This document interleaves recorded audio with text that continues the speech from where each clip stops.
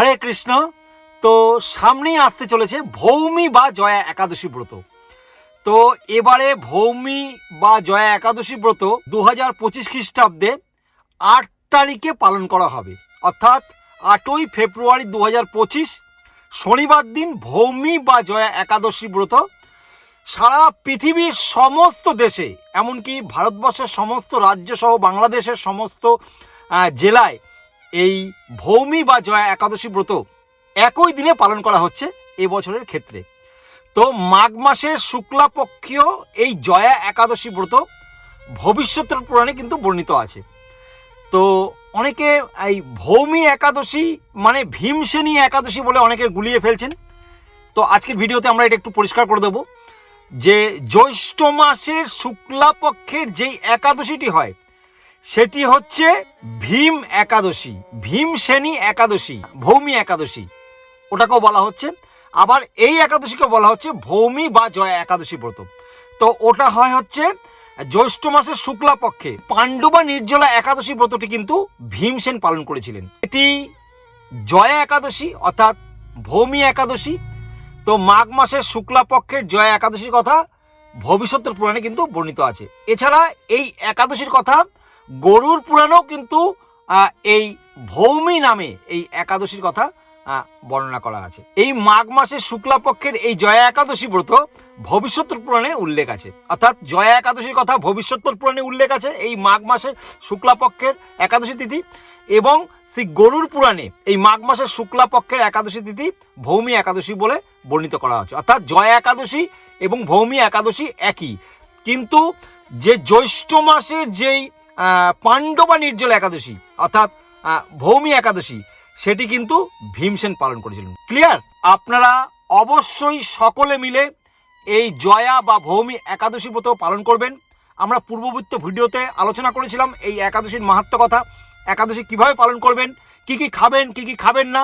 আজকের ভিডিওতে আমরা বিস্তারিতভাবে আলোচনা করছি না ওই বিষয়টি, আপনারা পূর্ববর্তী ভিডিও আছে সেই ভিডিওটা আপনারা দেখে নেবেন। তো ভৌমি একাদশী ব্রত পালন করছেন আপনারা শনিবার দিন, ঠিক আছে, রবিবার দিন পালন করছেন, এবং সোমবার দিন নিত্যানন্দ ত্রয়োদশী আপনারা সকলে পালন করবেন। নিত্যানন্দ ত্রয়োদশী আপনারা কিভাবে পালন করবেন, কি কি খাবেন, কটা পর্যন্ত উপবাস, অভিষেক কখন করবেন, বিশদভাবে কিন্তু আমাদের এই ভিডিও এই চ্যানেলে আছে, আপনারা অবশ্যই দেখে নেবেন। এই ভিডিও ডেসক্রিপশন বক্সে লিঙ্ক দেওয়া থাকবে, আপনারা অবশ্যই দেখে নেবেন। তো আপনারা যারা আমিষ গ্রহণ করেন তারা অবশ্যই শনিবার একাদশী ব্রত আপনারা পালন করছেন, জয়া একাদশী বা ভৌমি একাদশী ব্রত।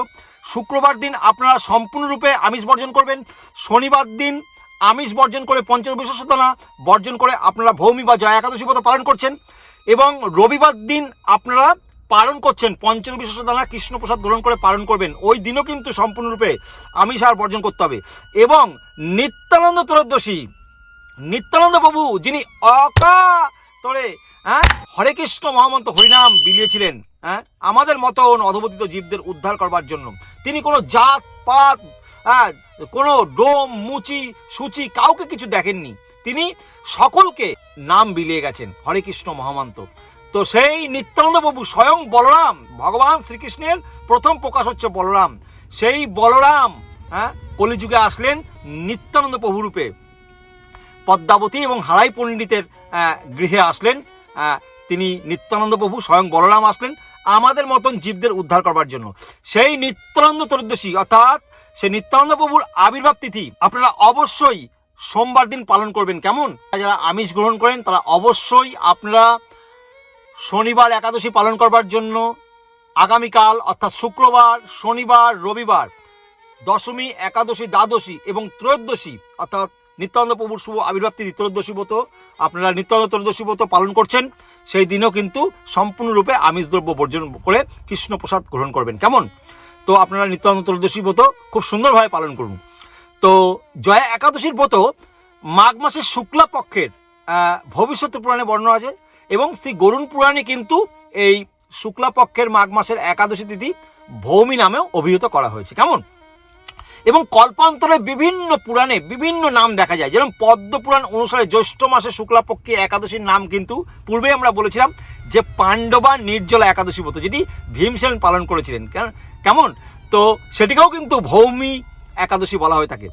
তো এই একাদশীর কথা ভগবান শ্রীকৃষ্ণ তিনি বর্ণনা করেছেন যুধিষ্ঠির মহারাজের কাছে। আমরা একাদশীর কথা সংক্ষেপে আমরা মাহাত্ম্য আমরা শ্রবণ করবার চেষ্টা করব।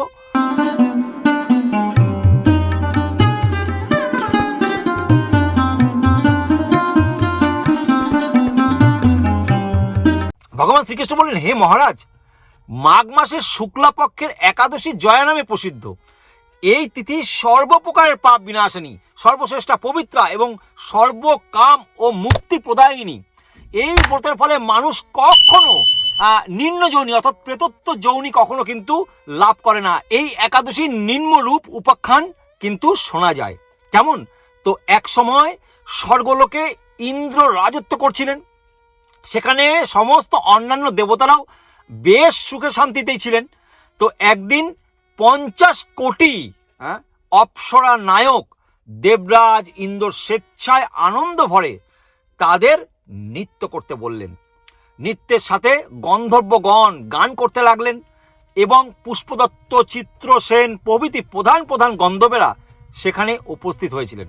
চিত্রসেনের পত্নীর নাম ছিল মালিনী। পুষ্পবন্তী তাদের এক কন্যা ছিল।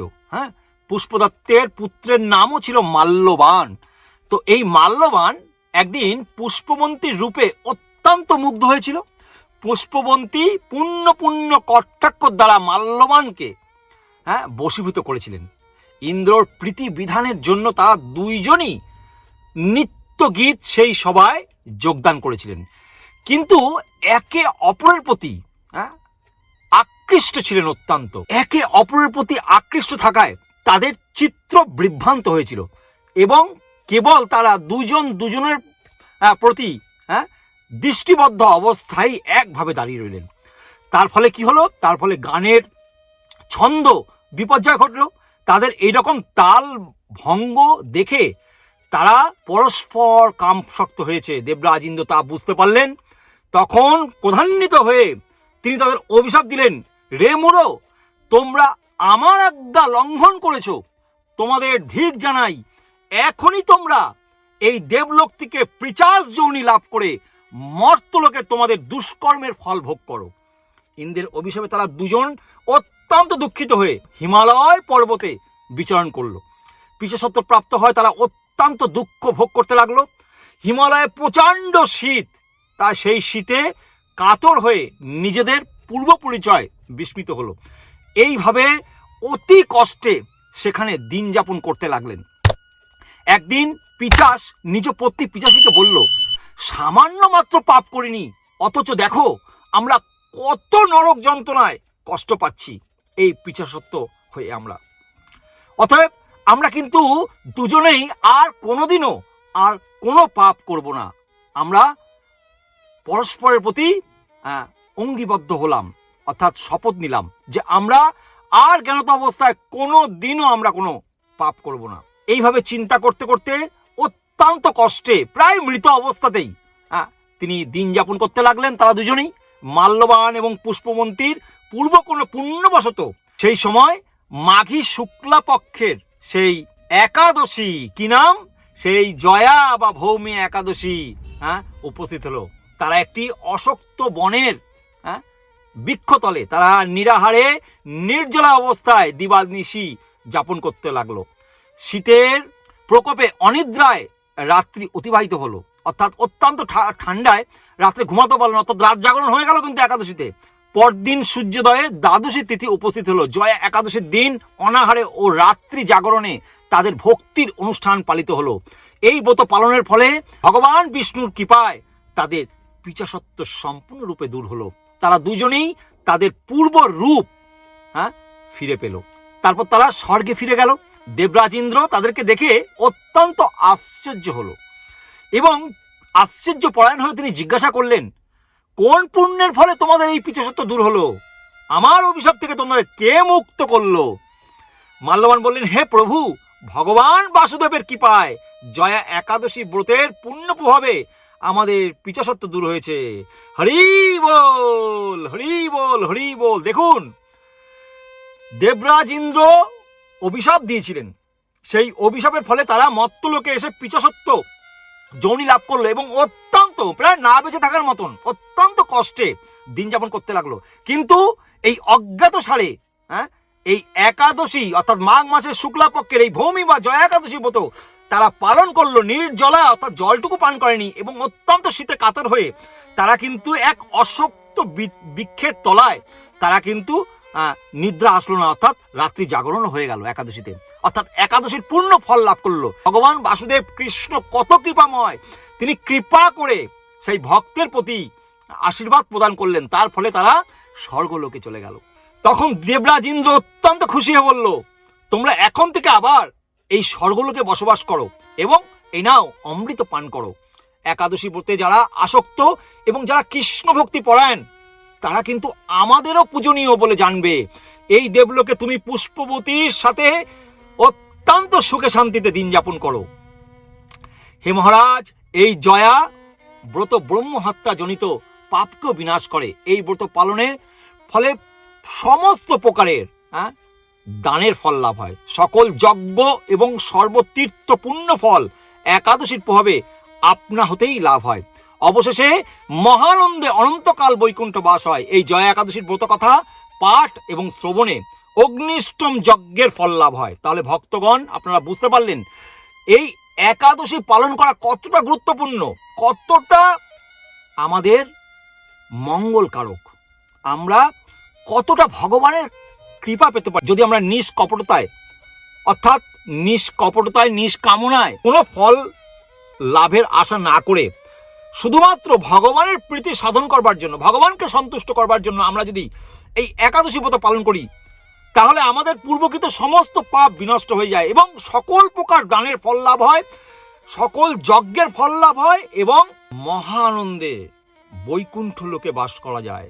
ভগবান তিনি বলছেন, কথা দিচ্ছেন তিনি, এই জয়া একাদশীর ব্রত কথা শুধুমাত্র পাঠ এবং শ্রবণে অগ্নিষ্টম যজ্ঞের ফল লাভ হয়। ভক্তগণ, আপনারা তাহলে শ্রবণ করলেন, অগ্নিষ্টম যজ্ঞের আপনারা ফল লাভ করলেন। তো আপনাদের কাছে বিনীত নিবেদন, আপনারা প্রতিকটা একাদশী ব্রত অত্যন্ত গুরুত্ব এবং নিষ্ঠা সহকারে পালন করুন এবং অন্যকে পালন করবার জন্য উৎসাহিত করুন। আমাদের এই প্রতিবেদনটাকে সকলের মাঝে পৌঁছে দিন যদি আপনার ভালো লেগে থাকে, এবং আপনি যদি এই চ্যানেলে প্রথমবার এসে থাকেন তাহলে অবশ্যই আমাদের চ্যানেলটিকে সাবস্ক্রাইব করে নোটিফিকেশন বেল আইকনটিকে অল করে দিন। তাহলে আমাদের এই চ্যানেলে এই সনাতন ধর্মের প্রচারের জন্য মানুষ কিভাবে তার এই জীবনকে এই একটা জীবনের মাধ্যমেই তিনি মুক্তি লাভ করতে পারে, কিভাবে তিনি ভগবত ধাম পৌঁছাতে পারে, সেই বিষয় নিয়ে আমরা প্রতিকটা ভিডিও আমরা আধ্যাত্মিক শাস্ত্রসম্মত শাস্ত্র প্রমাণ সমেত আমরা আলোচনা করে থাকি। তো এটাই আমাদের প্রচার করবার প্রচেষ্টা, যাতে আপনারা সকলে এই মানুষ্য জীবনকে সাফল্য করে আপনারা নিত্য চিরঞ্জীব শাশ্বত ভগবত ধামে প্রত্যাবর্তন করতে পারেন। হরে কৃষ্ণ। আপনারা ভালো থাকবেন, সুস্থ থাকবেন, সদা কৃষ্ণ ভাবনাময় হয়ে থাকবেন। হরে কৃষ্ণ।